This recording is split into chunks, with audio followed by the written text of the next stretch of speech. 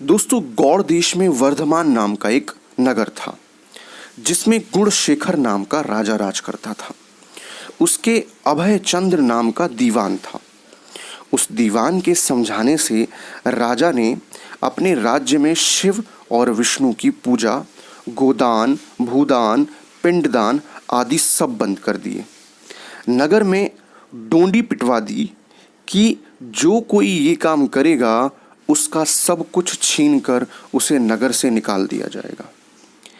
एक दिन दीवान ने कहा, महाराज, अगर कोई किसी को दुख पहुंचाता है और उसके प्राण लेता है तो पाप से उसका जन्म मरण नहीं छूटता।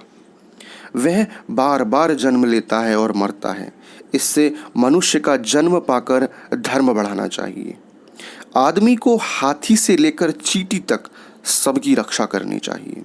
जो लोग दूसरों के दुख को नहीं समझते और उन्हें सताते हैं, उनकी इस पृथ्वी पर उम्र घटती जाती है और वे लूले लंगड़े, काने बौने होकर जन्म लेते हैं।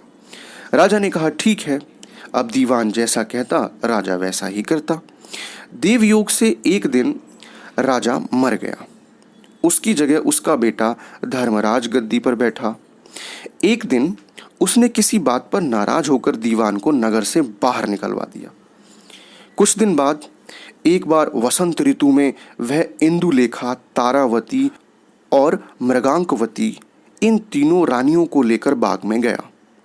वहां जब उसने इंदुलेखा के बाल पकड़े तो उसके कान में लगा हुआ कमल उसकी जांघ पर गिर गया।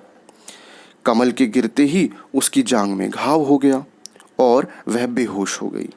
बहुत इलाज हुआ, तब वह ठीक हुई।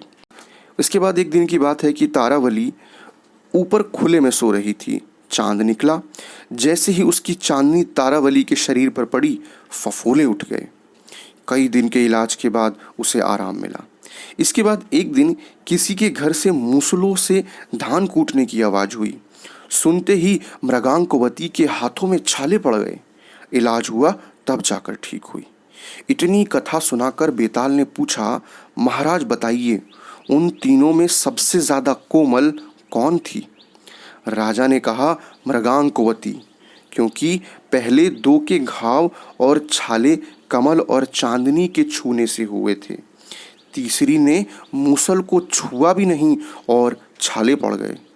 वही सबसे अधिक सुकुमार हुई। राजा ने इतना कहा, बेताल 9-2-11 हो गया। राजा फिर से मसान गया और उसे लेकर चला तो बेताल ने एक नई कहानी सुना दी। तो दोस्तों, इस कहानी में इतना ही। मिलते हैं एक और नई शानदार कहानी में। हमारे चैनल को सब्सक्राइब करना, वीडियो को लाइक करना बिल्कुल मत भूलिएगा। धन्यवाद।